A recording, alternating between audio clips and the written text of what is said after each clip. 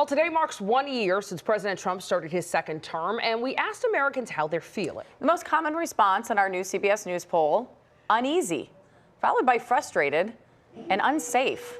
One reason may be 3 out of 4 Americans told us their incomes are not keeping up with inflation.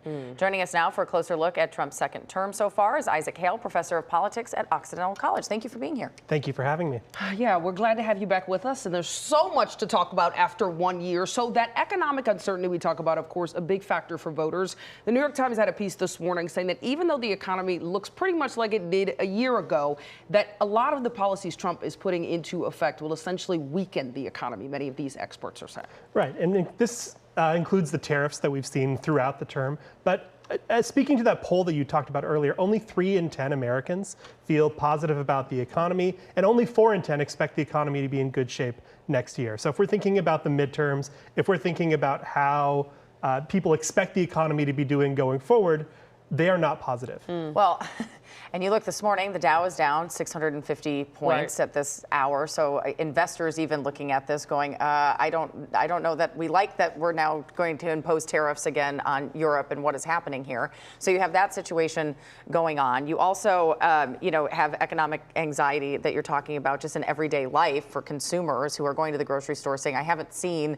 the drops that I thought I would. Egg prices are better, but some of these other rent's still up. There's still all these other economic indicators. You talk about the midterm elections. We know from people around the president, he is concerned about the midterm elections.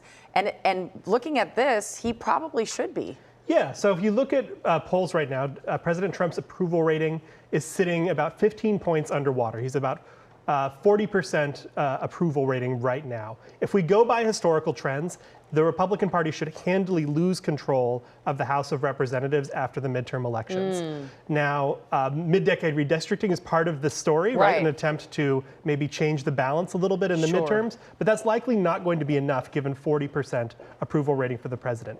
The Senate is a much harder lift. The Senate has a substantially pro-Republican bias in the current moment because the median state is significantly redder than the country as a whole. And Democrats would need to pick up Senate seats in pretty red states like Ohio and Alaska in order to gain control of the chamber. Sure. What does it say about Trump's confidence in voter support that he tried to redraw these maps? Yeah, so I think every president, of course, wants to hold on to power in the midterms. They don't want their party to lose control. That's nothing new.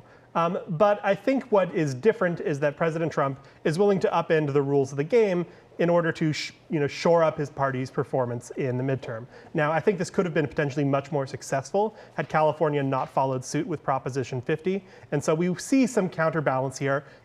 All in all, this mid-decade redistricting, once states like Florida and Virginia have weighed in, may contribute to a few additional Republican seats.